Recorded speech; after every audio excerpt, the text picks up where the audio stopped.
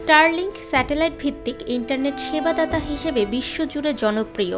মার্কিন ধনকুব ইলন মাস্কের মালিকানাধীন স্পেস এক্সের এটি একটি অঙ্গ সংস্থা, যা হাজার হাজার স্যাটেলাইটের মাধ্যমে বিশ্বব্যাপী ইন্টারনেট সেবা দিয়ে চলেছে।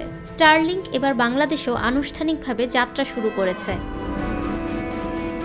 স্যাটেলাইটের তড়িৎ চুম্বকীয় তরঙ্গ বিশ্বের যেসব অঞ্চলে অপটিক্যাল ফাইবার পৌঁছানো দুঃসাধ্য, সেখানে খুব সহজেই পৌঁছে যেতে পারে, আর এর সাহায্যে দুর্গম এলাকাগুলোতে সহজে পৌঁছানো যায় ইন্টারনেট সেবা।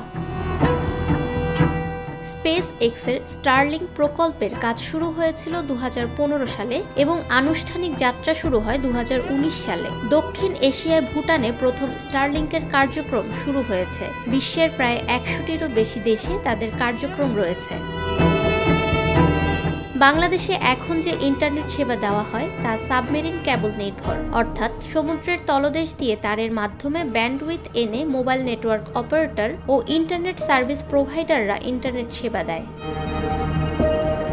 তবে স্টারলিংক ইন্টারনেট সেবা দেয় স্যাটেলাইট বা কৃত্রিম উপগ্রহের মাধ্যমে। স্টারলিংকের মূল প্রতিষ্ঠান স্পেস এক্সের ওয়েবসাইটে দেওয়া তথ্য অনুযায়ী তাদের ইন্টারনেট সেবা জিও স্টেশনারি থেকে আসে, যা 35,786 কিলোমিটার উপর থেকে পৃথিবীকে প্রদক্ষিণ করে। পৃথিবীর নিম্ন কক্ষপথে স্থাপিত হাজার হাজার স্যাটেলাইটের একটি সমষ্টি হচ্ছে স্টারলিংক, যা পুরো বিশ্বকেই উচ্চগতির ইন্টারনেট সেবা দিতে পারে। ফাহমিদা বিনতে আনোয়ার, নিরপেক্ষ নিউজ ডেস্ক।